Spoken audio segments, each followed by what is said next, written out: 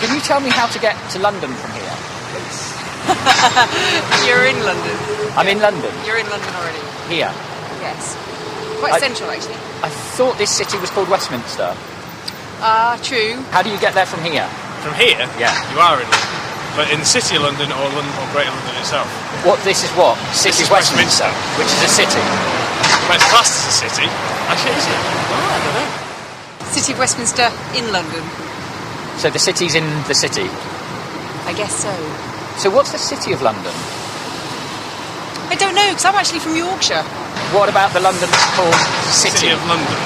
Well, that's based around near the Tower of London kind of way, the old.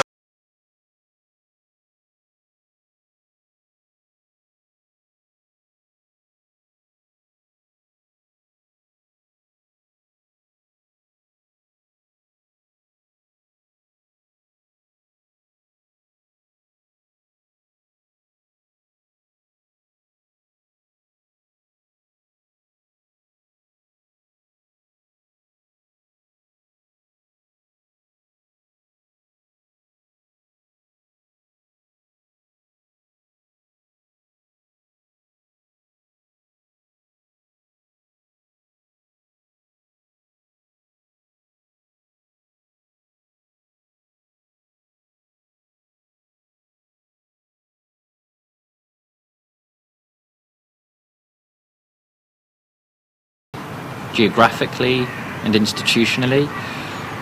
It's about a particular power which is located in the City of London, and really what people know and don't know about that power and its relations to other institutions and its historical origins.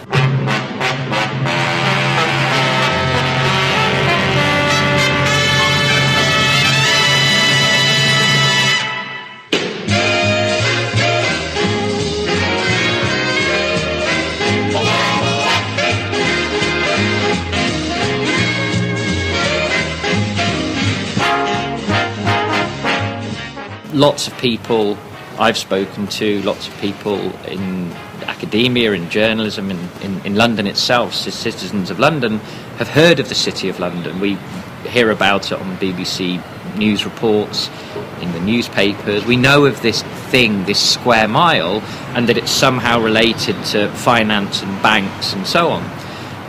What people know much less about is the fact that there's a political institutional order behind the City of London, called the Corporation of London, that is actually the government of the City of London. And it's the corporation that is a significant node in power relations in the UK and indeed in the world. Really, the city was hugely important, not just for the development of capitalism, but because Britain was the first capitalist power, and because this gave it an edge over its rivals, the city also spearheaded colonialism, imperialism, the export of capital, the development of productive assets overseas, and presiding over all this were the big merchant banks of the City of London. London was founded by the Romans. On the south was the military encampment. On the north was the settlement. It was directly chosen to be the easy access to the south, easy access to the north, to the east, to the west. It was very Roman in that way, and it became very quickly the centre of Roman government, but particularly of the maritime economy.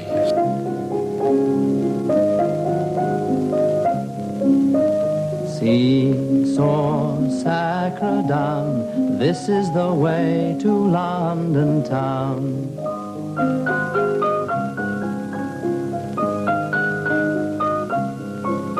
Within 40 years, it had been sort of completely wiped out by angry people from Essex, basically, and Norfolk, Boudica, as she's now known.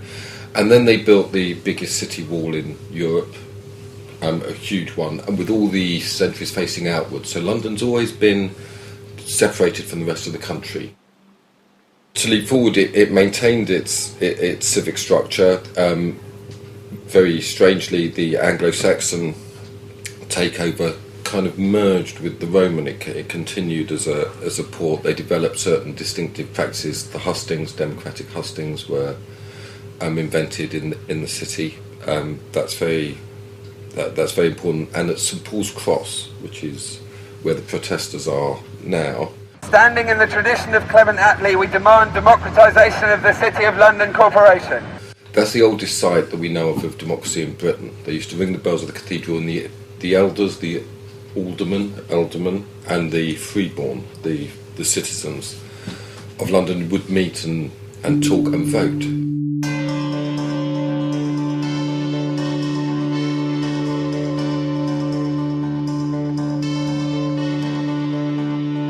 The guilds, the livery companies, the ward clubs, the rich networks of association that make up the constitution of the City of London Corporation, these have all basically been taken over by the financial interests, by bankers, insurers, traders, and have been co-opted to promote the interests of financial capital. So the body politic has become a single interest lobby group. That's the story of the last 500 years. Reform of the corporation's political institutions will mean an end to business block votes in all elections, full democratisation of the city's political institutions, abolition of existing secrecy practices within the city, and total and transparent reform of its institutions in order to end corporate tax fraud. When the Queen visits the City of London Corporation, she has to wait at the border and be greeted by an alderman before she's allowed to come in. When she has meetings with the City of London Corporation, she can't sit higher than them. So we started to learn these, these are kind of little bite-sized things that intrigued us. But then obviously once we looked into the way the City of London Corporation operates, or how untransparent it is and how undemocratic it is, then we started to raise awareness about how, this is an organisation that should be looked at more deeply. So our response to their demand for us to leave was to send them a response. A counter-response, a counter-demand, as it were. And it was very simple. We said that we would like to see your cash register records, your cash records since 2008, your history of lobbying, which remains secret. And we also want you to be open to the Freedom of Information Act. It was quite interesting. The way they had to move from Paternoster Square to the steps of St Paul's actually provoked a different kind of debate, which in some ways was more difficult and more nuanced than it might have been had they just been sitting outside the stock exchange. Certainly, because I think that one of those narratives is the idea of the church and its relation to capitalism and relation to modernity, and it's a story that doesn't really get told. And also because one of the things that's happened with the kind of financialisation of London as a whole city is the privatisation of public space. It was absolutely symbolic of what had been happening in the city, that ordinary people were no longer given ordinary access to Paternoster Square during that whole period. It wasn't just that Occupy was thrown out, but the space then became protected, privatised space. And since a lot of what Occupy was about was the spaces of democracy, that was in itself quite iconic, quite emblematic of the whole thing they were challenging.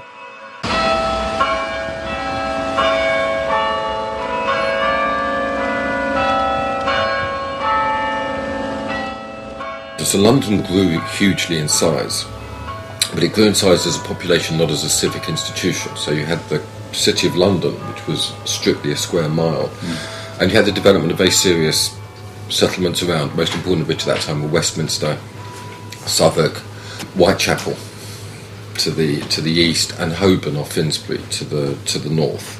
And thus began an attempt, which happened in all other European cities, to extend the city's authority to the new population. Now, very interestingly, the city always refused to extend. So what you had with the William the Conqueror and the recognition, which was verified in a number of charters since, was a recognition of the autonomy of the city. The city was part of the ancient constitution. There was the monarchy, there was parliament, there was the city, and there was the church.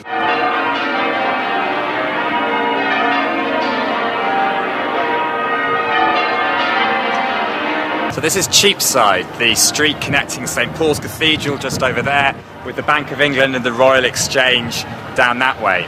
It was the historic heart of medieval London, the Oxford Street of its day, where merchants would bring goods from right around the surrounding countryside, and even more exotic products they would wheel up from the docks to the street stalls along here.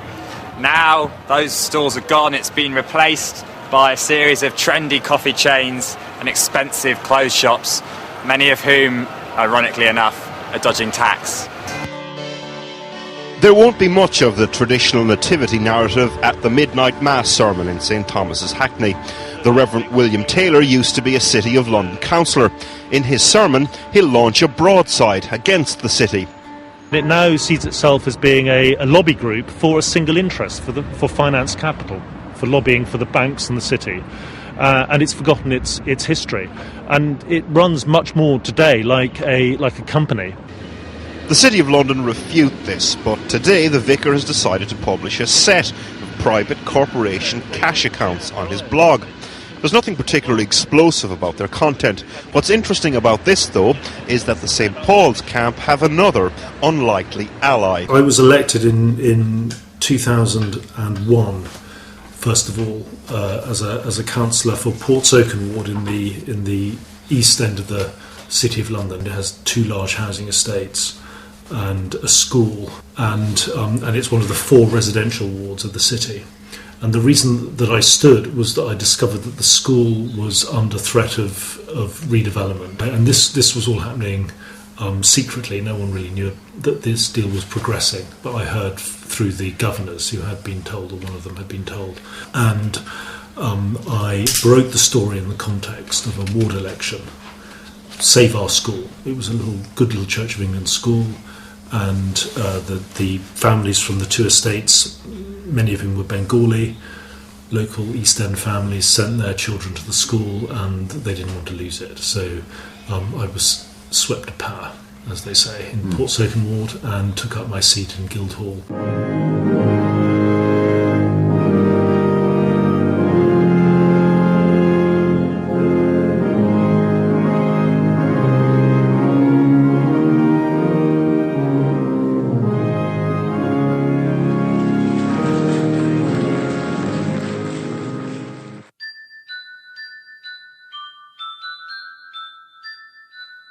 When will you pay me, say the bells of Old Bailey? When I grow rich, say the bells of Shoreditch. When will that be, say the bells of Stepney? I do not know, say the great bells of Bow. And it's Bow, St Mary le Bow Church, which is behind us now. Famous not only for its appearance in Oranges and Lemons, but also because it was the bells of Bow Church which called Dick Whittington, the most famous mayor of London in its history, 3 times to come back to London to make his fortune in the city where the streets were paved with gold.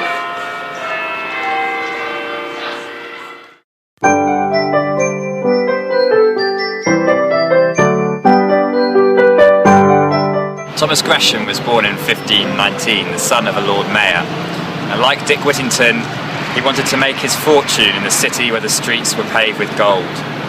So he walked from here down to the London docks and got on a boat across the Channel to Antwerp, then the richest city in Europe. And when he was in Antwerp, he saw a new kind of economy, based on credit, based on the imperial plunder of the New World, where young men like himself were beginning to describe themselves as capitalists. And in 1565, he returned to England and created the Royal Exchange, which stood on the site just behind us now. The current building is a replacement which was built after the Great Fire of London. But it isn't an exchange anymore. It's now a shopping centre where wealthy individuals who work in the city can come to spend their money on extravagant luxury products from all around the world.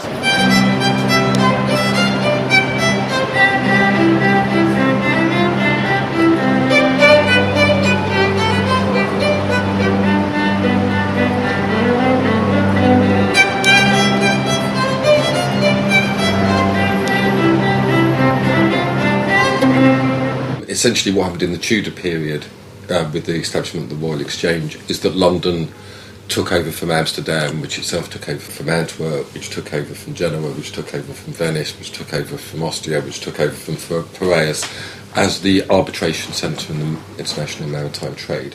So London essentially got the Atlantic, set up Wall Street, set up Hong Kong. These were the new maritime centres in the new global economy. And all of the disputes, where there were disputes in contract, they were settled in the courts in London, in the City of London. When will you pay me? Say the bells of Old Bailey. When I grow rich, say the bells of Shoreditch. And when will that be? Say the bells of Stepney. I do not know, says the great bell at Bow.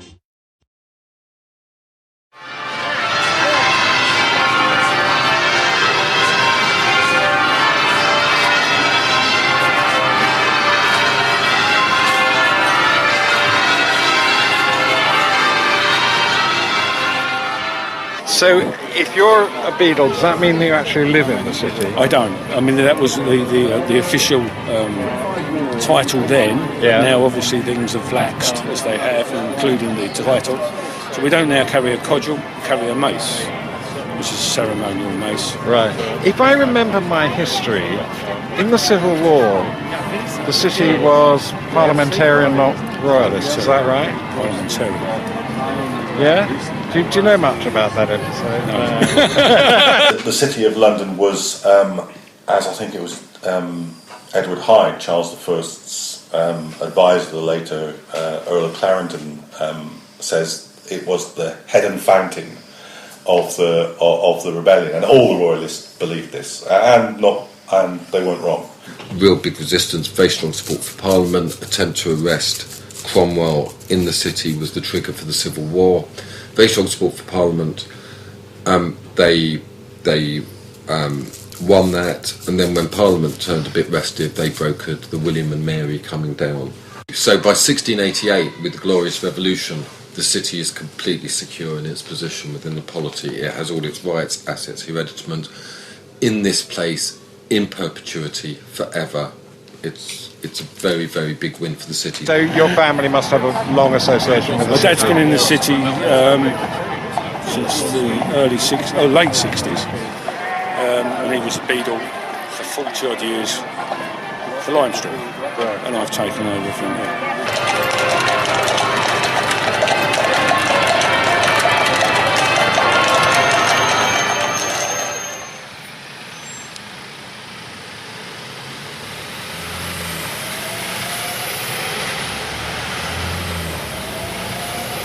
This first item here is a county map of Middlesex by John Speed. Originally this map would have been actually published in 1610, and what we have here is a 1676 edition that was published after John Speed's death. Now Middlesex, as it used to be, before it was sort of lost when the London boroughs came together, was actually more or less what we would now call modern day London. And so looking at the map here, we have London clustered very closely around London Bridge, and the cities of London, Westminster and the borough of Southwark were all seen as being distinct places at that time. I think from the 17th century it conquered a really strategic position in which it was able to be confident of the support of the British state in its activities above all abroad, but of course as at home as well. And you had the establishment of the Bank of England at the end of the 17th century. And that was a sort of nominally a public institution independent of government, but which did impose some constraints, some discipline on the banks. The banks themselves, however, had quite a lot of freedom of action and had developed quite autonomously. Originally, a number of them were, in fact, coffee houses.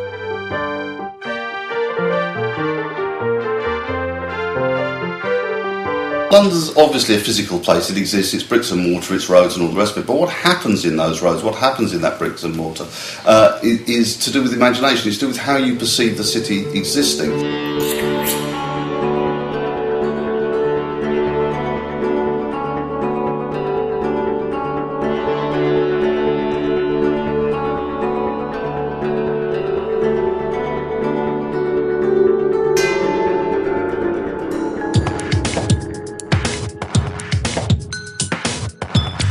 unreal city. Under the brown fog of a winter dawn, a crowd flowed over London Bridge. So many I had not thought death had undone so many. Sighs, short and infrequent, were exhaled, and each man fixed his eyes before his feet. Flowed up the hill and down King William Street, to where St. Mary Woolnoth kept the hours with a dead sound on the final stroke of 9. Is it a fortress? Is it held within those walls? Is it open? How do you negotiate the city? How do you navigate those points of the city politically, sexually, any way you like? And that's quite important because different areas of the city have different resonances, and those resonances are very important to the way people actually live their lives.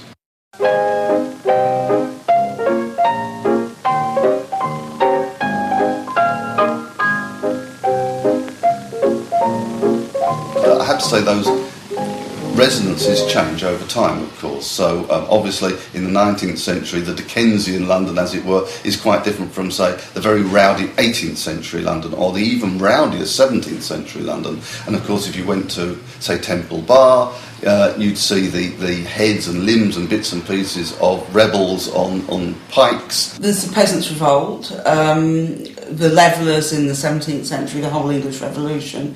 In the 18th century, there were a lot of riots, particularly the Wilkes riots and the Gordon riots, which, of course, that when they became most serious was when they attacked the Bank of England, and that's when the authorities sort of stepped in to deal with them. Of course, that will remind you of the political power of the king. It reminds you of the consequences of rebellion.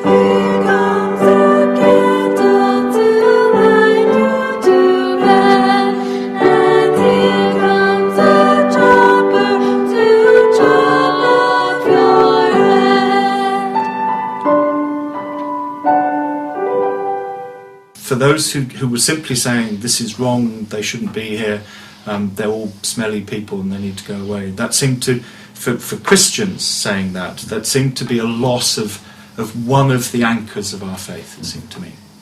This is what you referred to as a holy mass. Yes, indeed. I mean, this week we're Holy Week. We're contemplating Jesus' passion, death, and resurrection. And here's a man who was crucified as a revolutionary next to two other revolutionaries.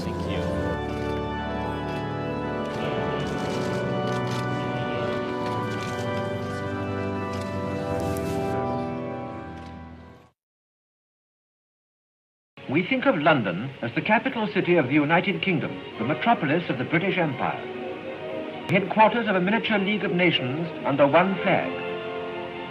We think of her as the city in which the British ideology evolved. A city of splendid buildings in which are treasured the artistic, intellectual and political records of a great democracy, and which house the administrations of every important activity. Yet London is not merely a show place, nor the monument of a dead civilization, but a vast and vigorous driving wheel in the world machine. The bankers and businessmen more generally, and capitalist interests, acquired confidence in the political structure because they could control it, or they had a veto power. They had control of taxation. They had control of the money coming into the government. And this made the British state different from the French state or other absolutist regimes. And it also gave confidence, very importantly, to those prepared to invest in public bonds. And so you got the development of a national debt, which is something that gave steady, reliable income to investors.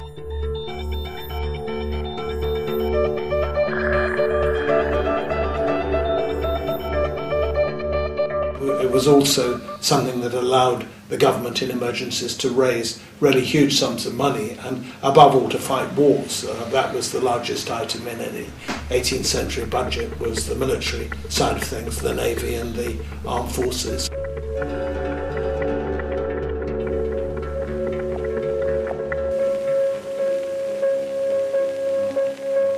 Of course, this also involved British businesses developing overseas interests, and a really crucial dimension of this was building up plantations that could supply very coveted items of consumption, like sugar, later coffee, cotton, could supply these to the new internal market that developed as capitalism also developed.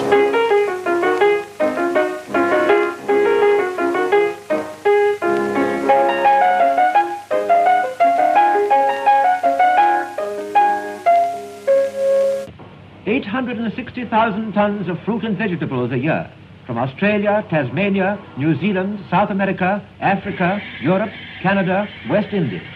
London has always been the great fruit centre. They, to begin with, had indentured servants from Britain, young people who sold themselves for 3 or 5 years to work for a planter. But this source of labour proved quite inadequate as demand expanded. And so they then bought captives on the coast of Africa and used those to staff plantations with what became slaves. And so a great slave system developed, and it provided a huge part of the reason why the British economy of the 18th century developed so rapidly.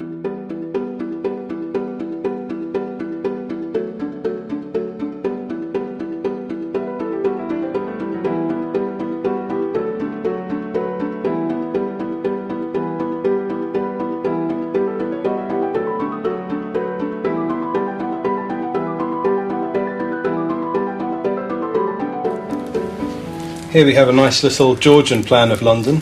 This particular map was done in 1806 by a guy called Stratford. It's a classic little map of London, really. It really only focuses on what was there at that time. In 1809, this place looked very different, but there was a young businessman who came here to make his fortune, a young man called Nathan Rothschild. He became very rich during the course of the Napoleonic Wars, and afterwards became even richer by gambling on government bonds and making millions for himself. His family, the Rothschild banking dynasty, became one of the most powerful banks in the world during the 19th century. And the international price of gold is fixed twice a day here in London, which more or less sets the gold price for the entire world. And for 200 years until 2004, that price fixing happened right here in the Rothschilds' headquarters in St. Swithin's Court, where 5 different banks would come together to decide what the price of gold should be. There's not huge amounts to say about this particular map. It's just a very nice example of an 1843 map of London. Essentially what we're seeing here is just the creeping expansion of London, but we're also seeing the train lines starting to creep into London here. We've got them coming in on every side. The beginning of sort of high-speed travel, or relatively high-speed travel, and people being able to access the city quickly from other parts of the country.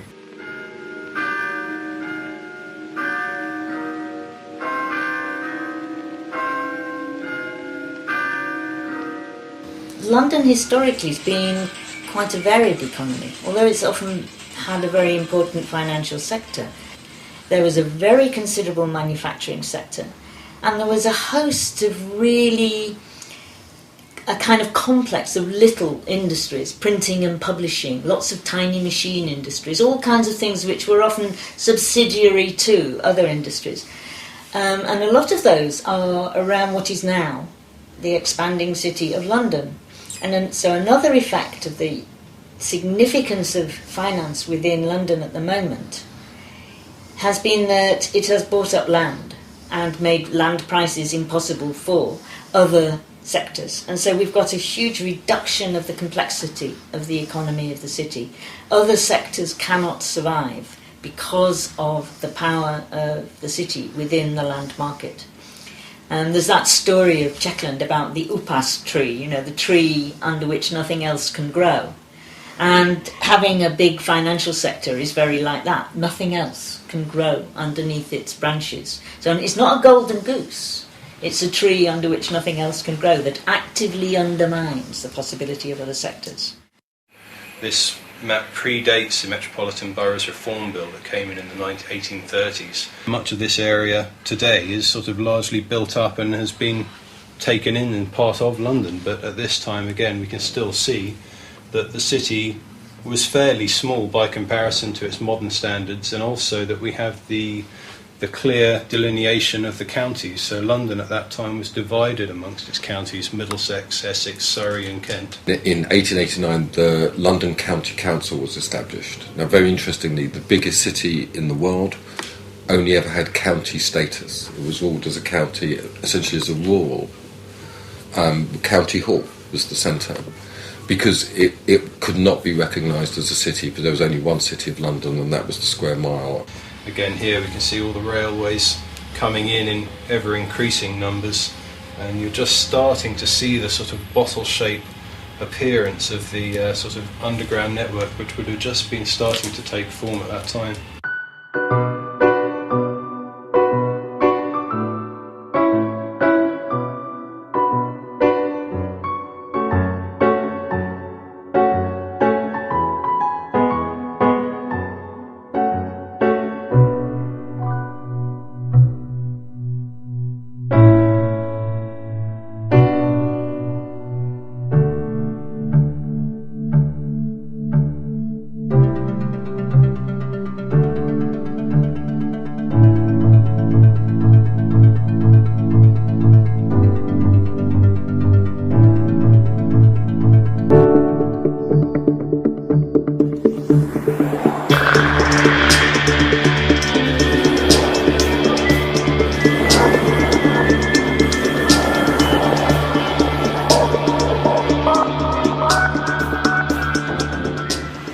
London's a migrant city, it always has been.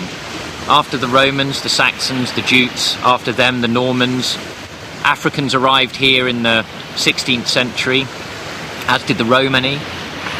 Indians were brought here by the East India Company. London's also always been a city of refuge. Huguenots, fleeing oppression in France in the 17th century, settled here, as did East European Jews 2 centuries later, fleeing the pogroms in Eastern Europe.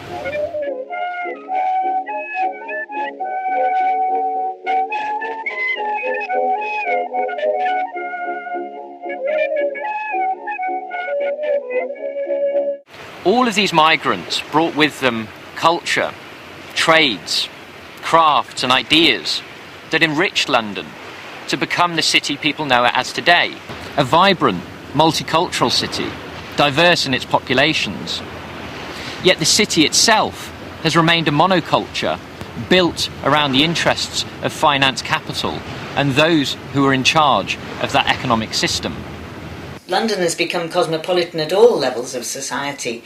I mean, we are also, we have migrants come to run the health service, we have migrants come in general to help the public sector work, they do the cleaning of the banks in the city, we know all of that. They also come to run many of the banks and the financial institutions in the city, capital C. They also come with their millions to escape from regimes where they may not be quite so comfortable, and vast numbers of extremely wealthy billionaires find it very convenient to be in London, and the tax regime allows it to be so. So migration is a subject that covers, and the cosmopolitanism of London covers all strata of society.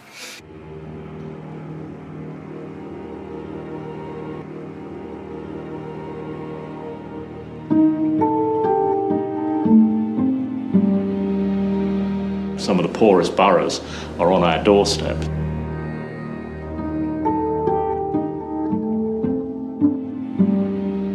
We live side by side with poverty and problems.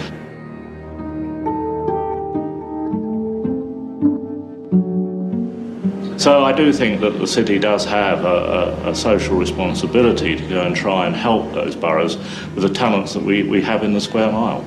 What I do have a problem with is the way in which the city treats Tower Hamlets as a bit of a rubbish bin. When the day's over, they can come and have their fun here, get drunk, go to a lap dancing club and then misbehave on our streets. And that juxtaposition and that lack of respect for this area of London, which I suspect they would not have for the places in which they live. I find that galling and significant, that to think that does suggest that clear divide. So there is a lot to be done. Overthrow of capitalism is one of them, but in the meantime, it is about ensuring that there is a better understanding of the difference between the world of banking and the world that is just beyond their borders, which is seen as a pleasure zone for them. It's like the border between Mexico and the United States, the border around the City of London in relation to the East End. Absolutely catastrophic. And the position of the city within London over the last 30 years has been, I think, really problematical for the metropolitan area as a whole. I mean, it's massively increased inequality because of the high levels of income, which have put up prices which the poor can't pay, so their relative income goes down. So you have this increasingly unequal city, which is always proclaimed as the most successful city in the country. London and the South East are the richest city and region within the country, but they are also the most unequal.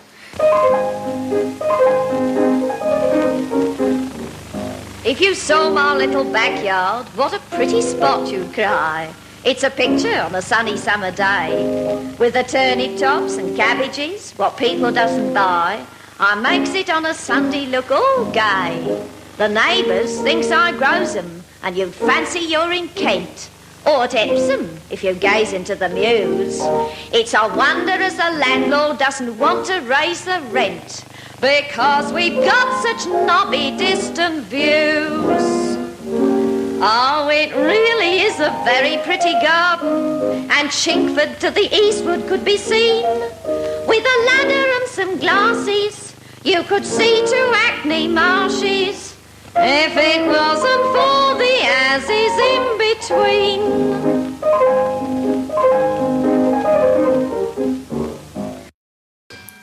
I mean, I have a parishioner who lives just on the estate just around the corner who works in the city. She lives with her mum. She couldn't, she's got a good job, but it's certainly not a senior job. But she couldn't afford to get a mortgage. She'd like to have her own flat. She doesn't know how to do it. But she doesn't make the connection between what's going on in the city and her own sort of domestic arrangement. She finds it almost impossible to make that connection. I think that's a common story. She, by the way, had never heard of the voting entitlements and the franchise and the City of London ward elections bill. Remember, it was Labour Party policy from the foundation of the Labour Party that the City of London Corporation would be one of those bastions of undemocratic practice that would eradicate from local government. So it's always been Labour Party policy to abolish City of London Corporation. And I can remember doing speeches in the 1980s saying, when we get into government, this absolute aberration will go. And then during the 1990s, when Blair took over, the policy changed. And the policy changed from abolition to reform, unspecified reform. I looked at the City of London Corporation to work out what was going on. I mean, I was interested in it, almost as an anthropologist or as a explorer going into some strange and terrifying territory. And I discovered that the City Corporation was at that moment promoting a private bill in Parliament to change the way the vote works. Then when we came into government in 1997, the reform that Blair allowed the City of London Corporation to put through in its ward elections bill was not democratic reform, it was purely and simply extending the votes to more businesses. So I worked on developing an argument against it with Maurice Glassman, and we took a petition to the House of Lords. They invented a new franchise, voting franchise, which was based on the size of the workforce. So if you had 5 workers, you got 1 vote, 10 workers, you had 2 votes, and so on. And this was to give the new big financial institutions, Goldman Sachs, Bank of Shanghai, Moscow Bank, a vote in the governance of the city. So it was based on the size of the workforce, but the workforce itself had no vote. You work in the City of London? Yes. You do. What sort of sector do you work in? What's your area of work? I do IT for an asset management firm. Okay. Is that a UK firm or is it a UK. overseas firm? Okay. And do you know who your firm votes for? No. I didn't even know they did vote. You work for a big international bank, or? Okay. Japanese. A Japanese bank? Yes. I see. In what capacity? We're PAs. PAs. Okay. And do you know who your bank voted for in the last election? No. I work in finance, namely credit derivatives and fixed income. I see. Yeah. And is that a UK-based company, or? It is, yes. Yes, it is, yeah. And can you tell me who your company voted for in the last election? Who my company voted for in the last election in terms of... The elections for the Corporation of London. I wouldn't know the answer to that, I'm afraid, no. Who they voted for? I wasn't aware that they had a vote. I'm a taxpayer. I live in the city. I work in the city. We're in the city now. The city being that funny little square mile. My local authority is the Corporation of London, and I'm an entrepreneur. You're not talking about the mayoral elections, are you? For the aldermen and the common councillors. Okay, no idea. No idea. The city, or the square mile, has 25 wards in it, and each ward has an alderman, which were abolished everywhere else in the country 20 years ago, I think. Do you know when the last election was? I wouldn't know the answer to that either. These 25 wards have a number of common councilmen who have over recent years been the primary body for acting and taking policy decisions. The Court of Common Council is the city's own parliament, with powers unequalled in the kingdom. So you received no information about... No, it's not the sort of thing that they would speak to us about, no. So you've not been asked about who your company should vote for? Nope. And so you presumably didn't receive any information about the election itself? Not that I'm aware of, no. Not that I'm aware of. Certainly not at my level. Now, if you look at city elections, both for Common Council and for Aldermen, the vast proportion of them are not contested. You know, it's agreed, we'll have Joe in, he's a good bloke, or we'll put Fred up next time and so forth. Kind of a old boys... Absolutely, Buggin's turn. But I don't know where else in the world now where there isn't at least some form of election and democratic accountability for city government. And here we have a group of people who are elected by business and a small number of electors. It is literally archaic. I was approached by some partners in what is one of the top 5 legal firms, Allen & Overy, and so I agreed to stand and was proposed and seconded to be a candidate in the election. I had a sufficiently recognised reputation as a not exactly, docile conformist. Yeah. The system, the establishment, wanted to make sure that they had their own candidate. So the election took place with these 2 candidates. The unknown me, standing on a clearly specific reform platform, saying that things are wrong, things need to be changed and addressed. I never forget, because the Lord Mayor is the returning officer, and the Lord Mayor had all his regalia on. We were in this room, and it was Mats and other candidate, and I got 79 or 80% of the vote. I mean, shock horrors, they've elected the wrong man. And it really was then all knives out, because the Court of Aldermen, these 25, they had I think it was Edward II or something, a 1252 law, Act of Parliament, which allowed the Court of Aldermen to reject somebody elected by the people if he wasn't a fit and proper person. And I shall never forget dressing up in my morning coat and going into the Court of Aldermen, and it's very dramatic, all these 25 guys in their red robes and so forth sitting around the head, and questioning me in a sort of, literally, close the doors, lock the doors, everybody else gone, it's highly secret. And again, that, secrecy at the heart of the Corporation of London is I find very offensive. I believe in open government and transparency. Anyway, I was quizzed for a half an hour and so forth, and eventually the Lord Mayor said, "You're not a fit and proper person, get out." The head of a state within a state. For here he is monarch over all except his king. one of a line unbroken for 700 years, the Lord Mayor of London. Presiding at this, his Common Council, a parliament older than Westminster.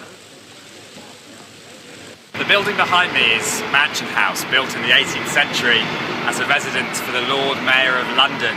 A Lord Mayor unlike any other local official, because he is not elected by the people, but elected by 108 obscure livery companies, from the Worshipful Company of Fishmongers to the more recent edition of the Worshipful Company of Management Consultants. And then it was headlines in the paper, the Sunday paper, big stories, you know, blackballed alderman and so forth.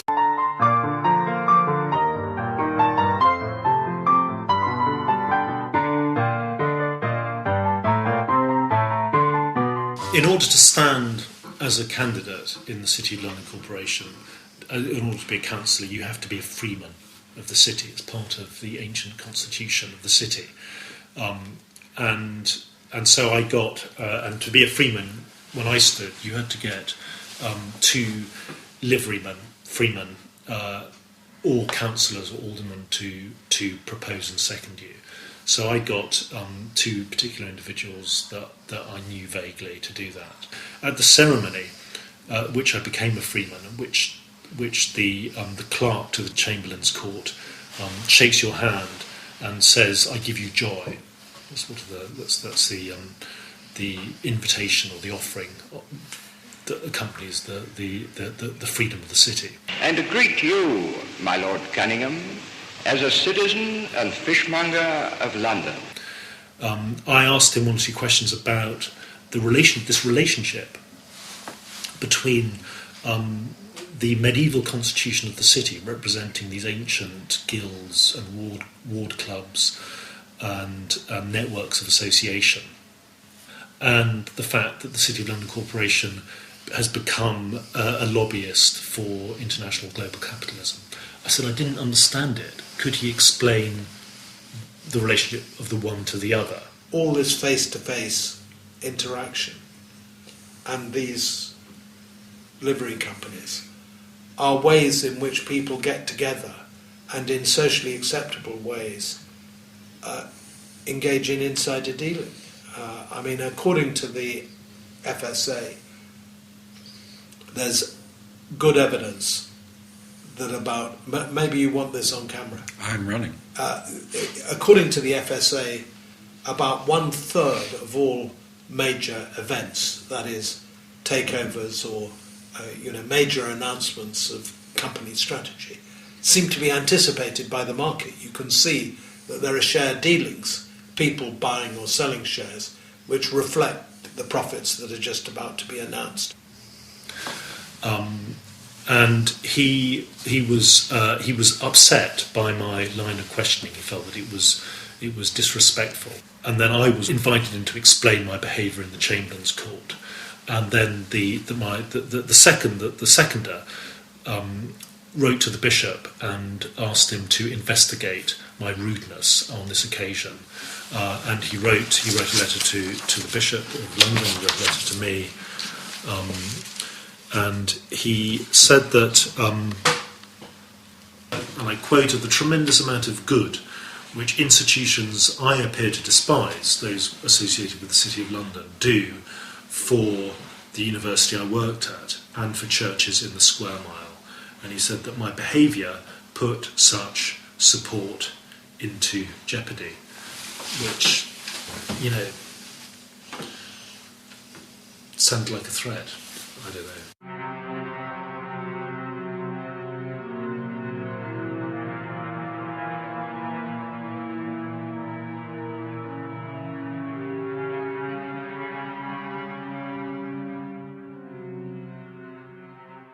The way we are, and the way places are, is a product of our interrelations with everywhere else. So England could not be England without having had that empire. And the way in which it is England is a result of all of those relations. The fact that I have the characteristics I have is a result of the geographies within which I am set. And those geographies, those relations within which I am set, are all full of power.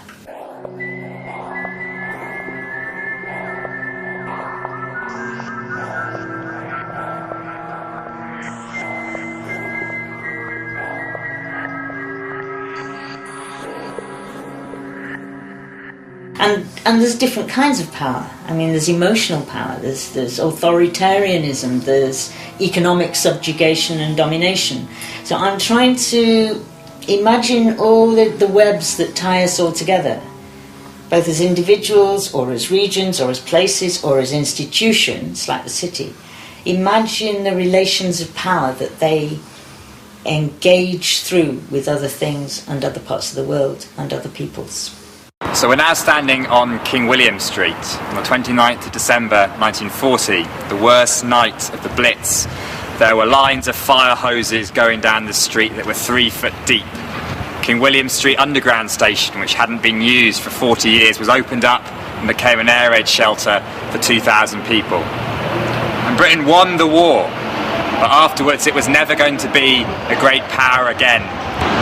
But by the late 1950s and the early 1960s, Britain began to discover a role for itself. And part of the story of that is in this very building here, 81 King William Street. It's now the home of the Industrial and Commercial Bank of China, in fact the largest bank in the world by some measures. But in the 1950s, it was the home of the Moscow Narodny Bank. At the height of the Cold War, the Soviets were very wary about depositing their US dollars in American banks, fearing they would be frozen. Instead, they deposited their US dollars outside of America, here in the city of London.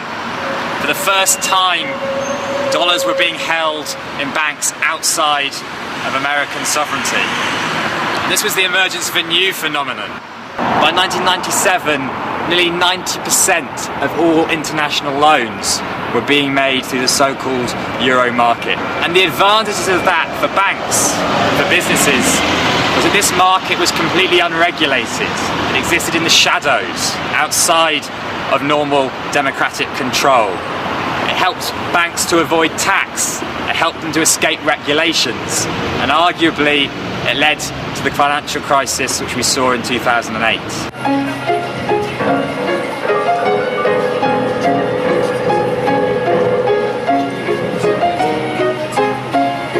One of the great lessons of British economic history is the way in which our financial centre, the City of London, has been a global financial institution, as they would call it, serving the world. And they've always seen themselves as a global service institution rather than something which serves Britain, the domestic economy and the domestic people. Well, the city essentially is the home to finance, it's the home to bankers, it's the home to people who deal with money all day, and in that sense it's the home to a group of people who control the financial global energy of the world. So it's hardly surprising that people who are annoyed with Parliament, who wish to bring extra parliamentary pressure to bear, who feel that justice has been wronged by the poor distribution of wealth, will go to London, the City of London, to the banks, etc., to protest, rather than go to Parliament.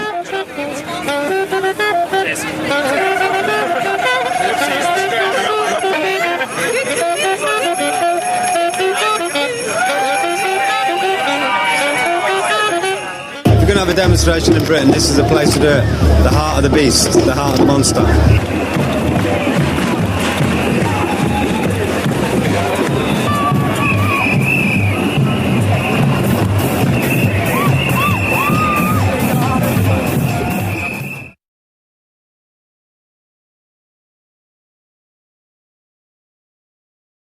The city cash is one of the three accounts that the city has. The city has the city's fund, the public money. It has the city bridge account, the charitable money that hands out about £60 million a year in a good year, and then it has the city's cash, which is its private money. You know, if you've had a pension fund that's been running for nigh on 10 centuries.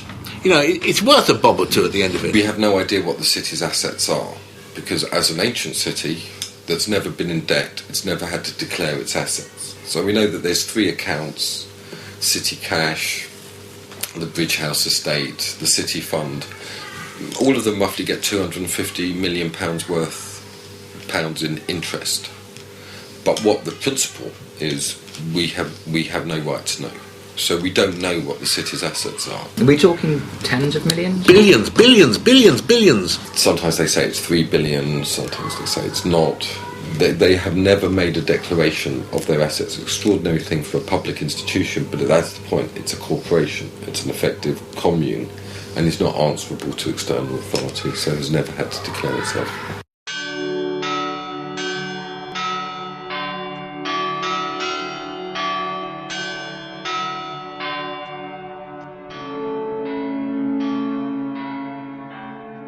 Some of it goes towards maintaining Epping Forest and Hampstead Heath, but I would say about between 12 and 20 million pounds of it goes towards the lobbying role of the city. So, and I would include in that the money that's spent on the mayoralty, on the Lord Mayor and his foreign visits, the money spent on banqueting and the kind of networks and associations and activities involved with that, and also the money spent on economic development, so paying consultants and think tanks and individuals to produce publications to support the case that the city is trying to make, as well as paying for offices in Brussels and in Beijing. It's incredible the way in which they have wormed their way into, in a sense, the popular imagination. But I think as well as recognising that, it's important to recognise that they worked to do it. I've done research on the city, and one of the things that most struck me was the amount of effort they put in to establishing their view of the world as common sense. In 1966, however, there was a vital departure from all previous Lord Mayor shows. The procession was a window on the city's economic activities, emphasis being laid on the vast contribution to national economy made by the banking organizations, international insurance, investments and commodity markets, contributions which have many times rescued Britain from financial crises. So, for instance, there was, during the 80s onwards, a huge amount of research, reports, documentation, interventions into debate everywhere to establish that the city, the finance sector in particular, was the golden goose of the economy. It's the only organisation that has an officer of the corporation actually sitting in the Commons chamber. The city remembrancer has the right to sit in the Commons chamber.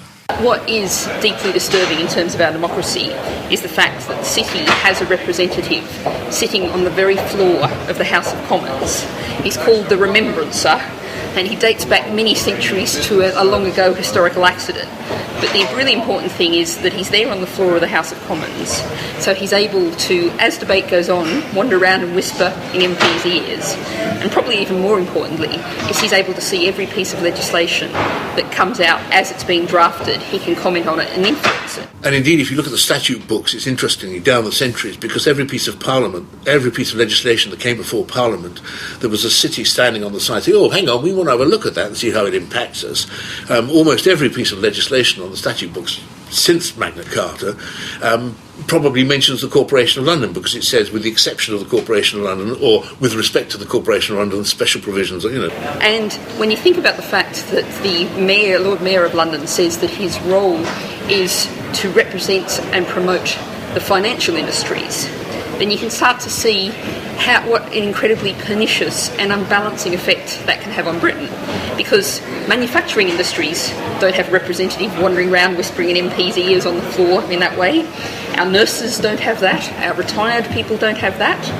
And if you look at the way the whole British economy has become horribly imbalanced in favour of the financial industries in recent years, then you can start to see one of the mechanisms by which that's happened. It's like a state within a state. It has immense lobbying power over the British government, but it sees its interest as essentially global. It sees its rationale as global, and by the way, it sees its profits as global profits. Now, that's okay, in a sense, if this global approach and the British economy are in tandem, but they're not.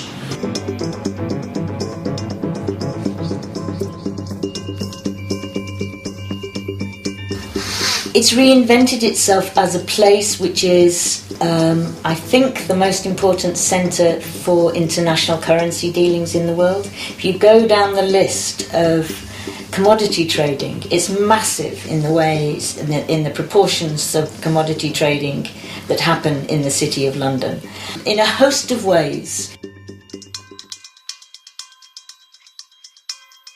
The City of London is really a hub for the most important tax havens. I mean, probably over half of all of the really large tax havens, maybe as much as 3/4, are actually British. I mean, you know, the Channel Islands, the British Virgin Islands, you know, there are tons of these tax havens, offshore financial centres, they're sometimes called. There's a direct funnel between money coming into the city and money going down to the tax havens. So they're all linked together. The basic proposition being that financial services are more competitive if the lower taxes you levy upon them. And in order for London to remain, and its tax havens around the world, to remain competitive, they need to have a low tax environment. They play an important role in the growth of an unregulated dimension to the whole banking system that is actually larger in terms of the assets involved than the formal banking system itself. It's sometimes called the shadow banking system, and the shadow banks are really institutions which are sponsored by onshore banks in the City of London or in Manhattan, but they maintain relations with the Cayman Islands or Bahamas. It was one of the inventors of that. We think of globalisation as somehow being just global, but actually it's invented, you know, everything is invented in particular places.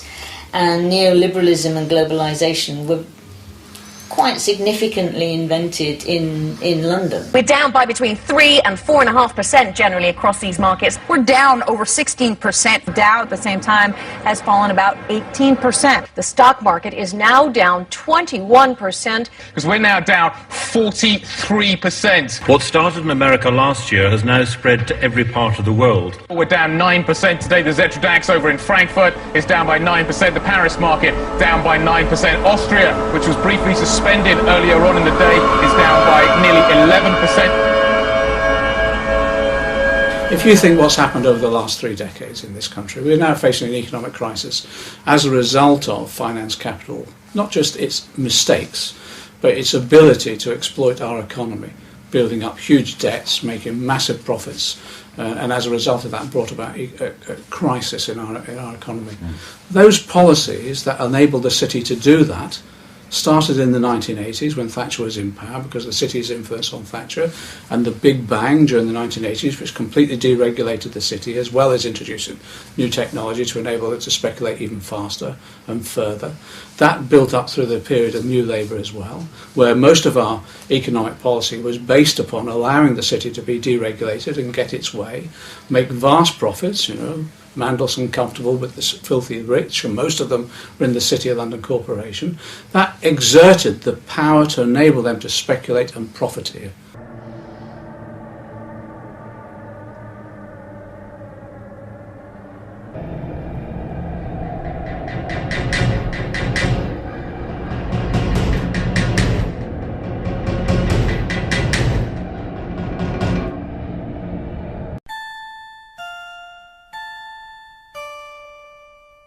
You don't have to go very far in Hackney to see the way that the global financial network affects the life chances of the people who live in this area. I mean,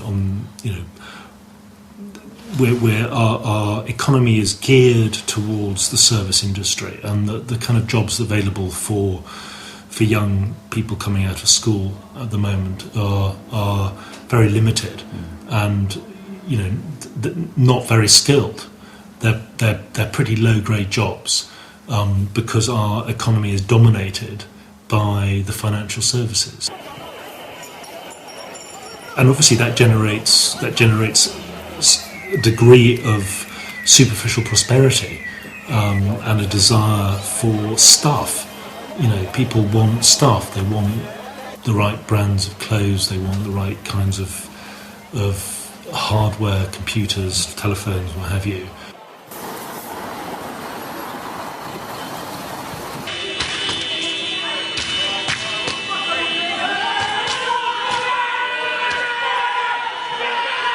So it is a kind of religion.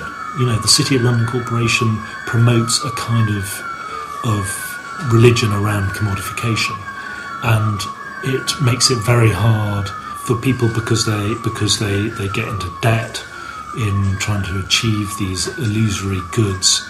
It makes it very hard for them to find the time and the energy and the resources to spend time with their families, work on local community issues, care about their neighbours, develop, you know, those kind of community relations that I believe, as a vicar, promote health and happiness. I mean, I think capitalism has taken on a new form in the last 20, 30 years. The whole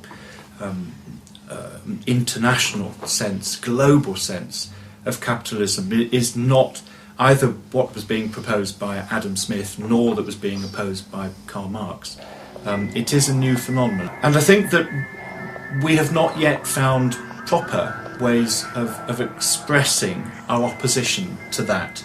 That those of us who were opposed to capitalism in the past, those of us who were then committed to a thoroughgoing socialism, have not yet found the language and the forms of organisation that properly address this global capitalism. And in many ways we see attempting to hold on to the older forms of resistance no longer work. And I think that's why Occupy was a very good thing.